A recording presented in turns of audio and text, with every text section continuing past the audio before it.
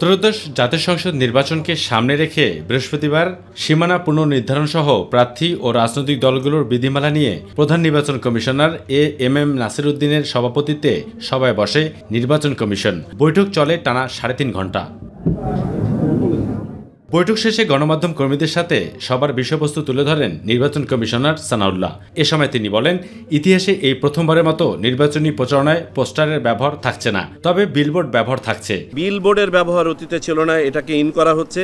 Poster ব্যবহার বাদ করার ব্যাপারে যেটা একটা সংস্কার কমিশনেরও একটা প্রস্তাব ছিল, আমরাও একমত হয়েছি। আমরা পোস্টার ব্যবহার বাদ দেওয়ার ব্যাপারে সম্মত হয়েছি। নির্বাচন কমিশনার সানাউল্লাহ জানান, প্রচারণায় নির্বাচনী পরিবেশের কথা মাথায় রেখে সামাজিক যোগাযোগ মাধ্যমে বিভিন্ন নিয়মকানুন সন্নিবেশিত করা হয়েছে। প্রচারণায় পরিবেশ বান্ধব সামগ্রীর ব্যবহারের ব্যাপারে জোর দেওয়া হয়েছে। সোশ্যাল মিডিয়ার উপরে বিশদভাবে করা হয়েছে, আলোকপাত করা হয়েছে। সোশ্যাল মিডিয়াকে ডিফাইন করা হয়েছে। সোশ্যাল মিডিয়ার ভিতরে ডুজ অ্যান্ড ডোন্টসকে ডিফাইন করা হয়েছে।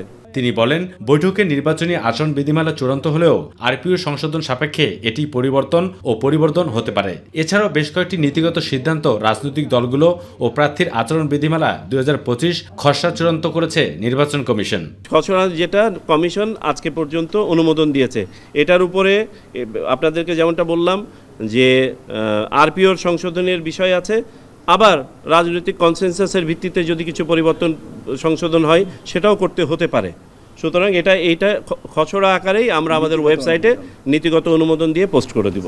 এছাড়াও সংসদীয় আসনে সীমানা নির্ধারণে আগামী সপ্তাহে শেষ নাগাদ চূড়ান্ত হওয়ার সিদ্ধান্ত হাতে নিয়েছে নির্বাচন কমিশন সচিবালয়। অবু সেদপু, মাই টিভি, ঢাকা।